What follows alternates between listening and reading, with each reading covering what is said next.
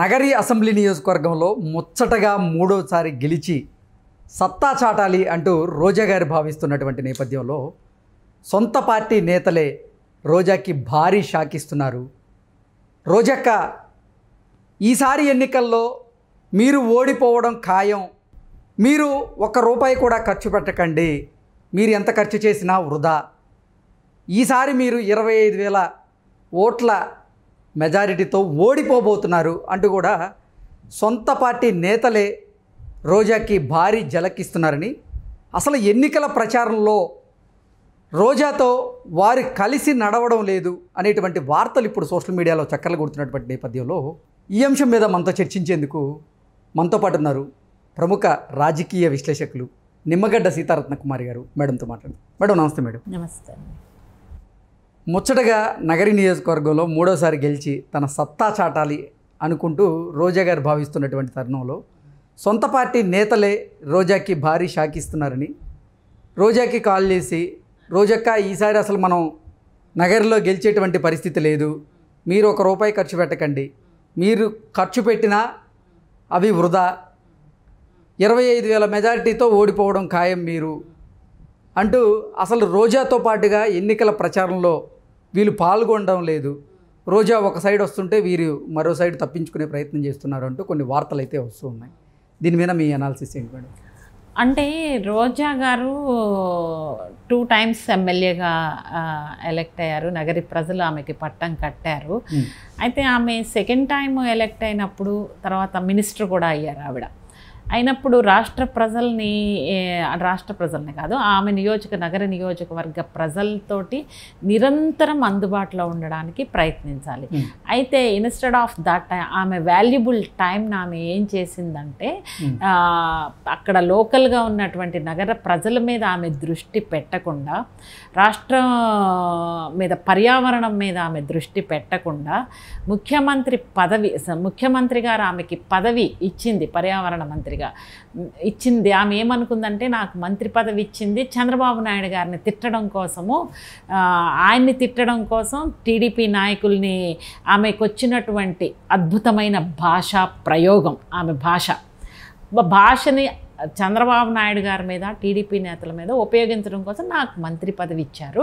So నేను ఇంకా పర్యావరణం గురించి ఆలోచించాల్సినటువంటి అవసరం లేదు, ఎక్కడ డెవలప్ చేయాల్సిన అవసరం లేదు, ఎక్కడా కూడా ఈ మీటింగ్స్కి త్రూఅవుట్ ఇండియాలో ఏదన్నా జరిగితే కనుక ఈ పర్యావరణం మీద వెళ్ళాల్సిన అవసరం లేదు, అటెండ్ అవ్వాల్సిన అవసరం లేదు, దృష్టి పెట్టాల్సిన అవసరం లేదు, నియోజకవర్గ ప్రజలు గుడ్డెత్తి చేలో పడినట్టు మళ్ళీ నాకే వేస్తారని ఓవర్ కాన్ఫిడెన్స్ తోటి ఆవిడ దృష్టి అంతా కూడా మొత్తం ఆమె చేయవలసినటువంటి బాధ్యతల్ని పక్కన పెట్టేసి ఒక తిట్ల పురాణం, తిట్ల దండకం, అదేంటంటే మహిళలు సిగ్గుపడే విధంగా, ఒక మహిళ ఈ విధంగా మాట్లాడచ్చా అని ముక్కును వేలేసుకునేటట్టు, చివరికి ఏంటంటే ఆమె ఒక మంత్రి పదవి మోజులో పడి తనను తాను మరిచిపోయి, తను ఏం మాట్లాడుతుందో మరిచిపోయి, సమయం సందర్భం ఒక ఎలా అంటే ద వర్డ్ సభ్యత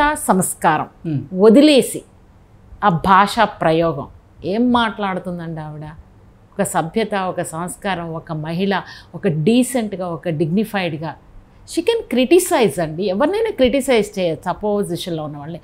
బట్ దానికి ఒక పద్ధతి ఉంది కదా, నువ్వు నిర్ణయాత్మకంగా సద్విమర్శలు చేయి.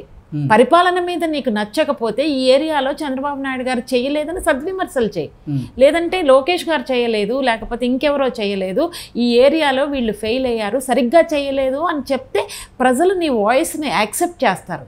కానీ పర్సనల్ క్రిటిసిజం, చాలా చీప్గా, దిగజారుడు రాజకీయ భాష ఏం మాట్లాడుతుందండి? ఎవరైనా ఈ రోజున ఆ రోజా అంటే ఒక రెస్పెక్ట్ ఇచ్చే పొజిషన్లో ఆమె భాష ఉందా అండి? ఒక మంత్రిగా ఎంత బాధ్యతాయుతంగా మీరు ప్రవర్తించాలి, ఎంత బాధ్యతాయుతంగా మీరు మాట్లాడాలి, అది మర్చిపోయి, అంటే మరి ఆవిడ ఒరిజినల్ క్యారెక్టర్ అలాంటిదో ఏమో నాకు తెలీదు, లేకపోతే జగన్మోహన్ రెడ్డి గారిని ప్లీజ్ చేయడం కోసం, ఆయన్ని హ్యాపీగా ఉంచడం కోసం తనను తాను మరిచిపోయి, సభ్యతా సంస్కారాలు మరిచిపోయి ఇంకా ఈ మంచి చెడు ఆలోచన విచక్షణ వివేకం లేకుండా ఈ ఇన్ని సంవత్సరాలు ఆవిడ మాట్లాడిన భాష, ఆవిడ పద్ధతి, ఆవిడ డిగ్నిటీ లేకపోవడం, ఇవన్నీ ఆమెకి మైనస్ పాయింట్స్. అవన్నీ నగరి ప్రజలకి ఆమెకి బ్యాడ్ నేమ్. ఎందుకు ఎన్నుకున్నాను రా బాబు ఈవిడ్ని, ఇలాంటి మాటలు మాట్లాడతానక, ఇలాంటి భాష మనం వినడానిక, ఎక్కడన్నా ఏదన్నా మన నియోజకవర్గానికి చేస్తే ఒక విలువ గౌరవం.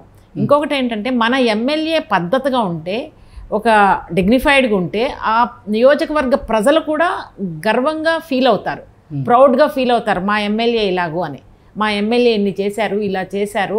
అటాక్ చేస్తారు, ఇష్యూస్ మీద అటాక్ చేస్తారు, పర్సనల్ అటాక్ కాదు అనే ఒక గౌరవప్రదమైన భావన నగర ప్రజల్లో ఈ రోజు లేదు. ఆమె పోగొట్టుకుంది ఆ విలువ గౌరవాన్ని, రాష్ట్ర వ్యాప్తంగా ఆవిడ పోగొట్టుకుంది. ఇంకా నగరి ప్రజలైతే సిగ్గుపడుతున్నారు, ఈవిడ మా ఎమ్మెల్యే ఏంటి అని.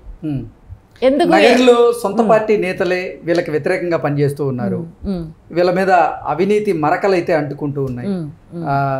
రోజా గారి సోదరులు కొంతమంది ఈ అవినీతి ఆరోపణలు ఎదుర్కొంటూ ఉన్నారు.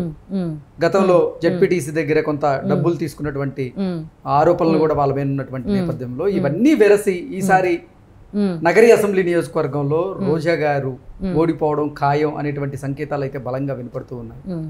అంటే ఇక్కడ ఒకటి చూడాలండి, నగరి ప్రజలు ప్రత్యక్షంగా రోజా గారు ఎలక్షన్స్లోకి రాకముందు, ఎమ్మెల్యే అయిన తర్వాత, మంత్రి అయిన తర్వాత ఆమెకి ఎన్ని కార్లు ఉన్నాయి, ఎన్ని బిల్డింగ్లు ఉన్నాయి, ఎన్ని కోట్ల ఆస్తులు ఉన్నాయి, డైరెక్ట్ ప్రజలకి కళ్ళకు కట్టినట్టు కనిపిస్తుంది.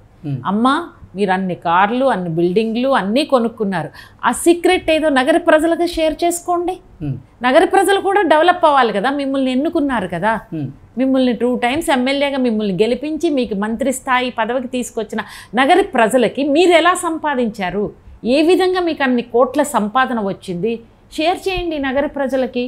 సో వాళ్ళు కూడా మీతో పాటు డెవలప్ అవుతారు కదా, మళ్ళీ మీరు 3వ ఎమ్మెల్యేగా గెలవచ్చు కదా.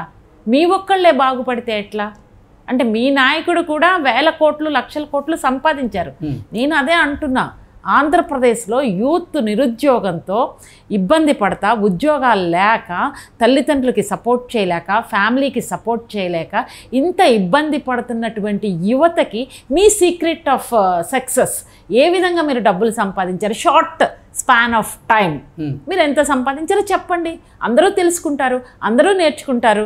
మీరు సక్రమ మార్గంలో సంపాదిస్తే షేర్ చేయడంలో తప్పులేదు కదా. మీరు చెప్పండి, అందరూ బాగుపడతారు మీతో పాటు, మీ ఒక్కళ్ళే ఎందుకు బాగుపడాలి?